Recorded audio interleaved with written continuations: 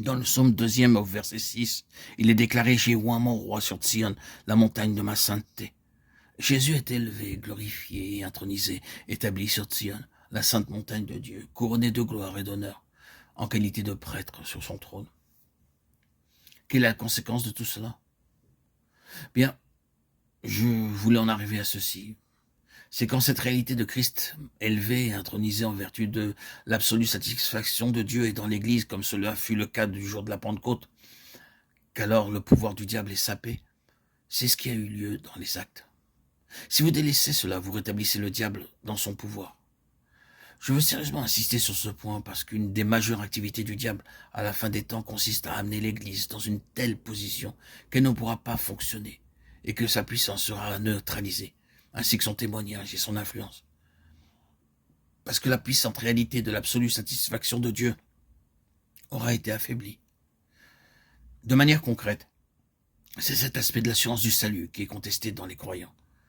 Beaucoup parmi vous n'ont probablement pas de problème concernant cette question, mais je doute que vous parveniez au bout de votre course sans subir un seul des assauts perfides de l'ennemi, dans le but de saper votre ferme assurance.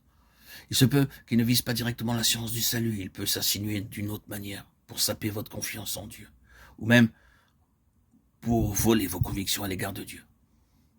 Mais c'est cela qui est le cœur et la nature même de la bataille de la foi. Nous devrons être confrontés à cette bataille de la foi jusqu'au terme de notre voyage. En réalité, elle deviendra de plus en plus sévère et intense. La foi va être testée de plus en plus, et quand elle triomphera en transcendant le conflit, il y aura la victoire. Sur quel terrain la foi sera testée? C'est sur le terrain de notre relation même avec Dieu, et de l'attitude de Dieu envers nous, que la foi sera mise à l'épreuve.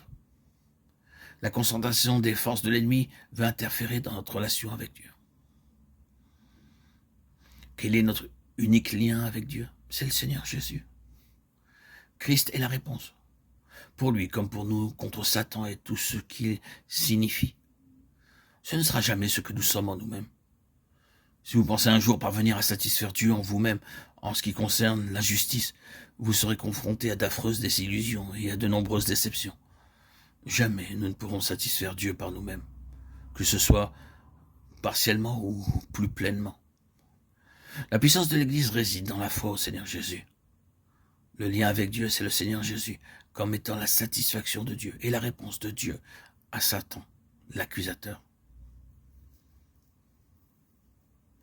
Comment alors pourrons-nous réellement déloger l'ennemi et saper son emprise pour le détruire efficacement?